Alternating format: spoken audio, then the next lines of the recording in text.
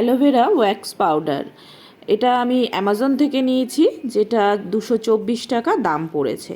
তো চলুন আমি দেখিয়ে দিই ইউজ করে সামনাসামনি এটাতে রেজাল্ট কি আসে। তো আমি আপার লিপসটায় ট্রাই করব, পুরো ফেসে ট্রাই করব না। আর এটার সাথে পেয়ে গেছিলাম এই যে একটা অ্যালোভেরা জেল, আর এই যে পাউডারটা তো অবশ্যই, একটা কাঠের স্পুন মানে স্টিক যেগুলো আইসক্রিমের সঙ্গে থাকে, আর একটা ব্রাশ।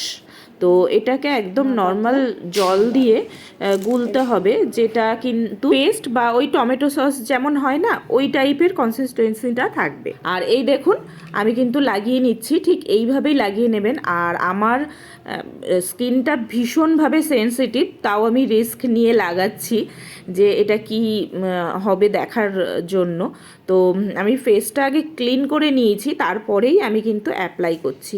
এরপরে আমি ঠিক 5 থেকে 7 মিনিট বা 10 মিনিট মতো রেখে দেবো। আর এই যে শুকিয়ে গেছে। এইবারে একটা হালকা পাতলা কাপড় ভিজিয়ে নিয়ে আস্তে আস্তে রাব করবেন না, আস্তে আস্তে তুলতে হবে।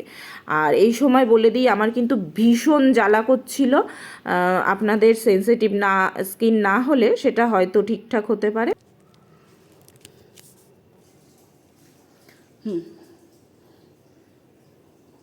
ফাইনালি কতটা বোঝা যাচ্ছে কি দেখ। এই যে অ্যালোভেরা জেলটা আমি একটু অ্যাপ্লাই করে নেব।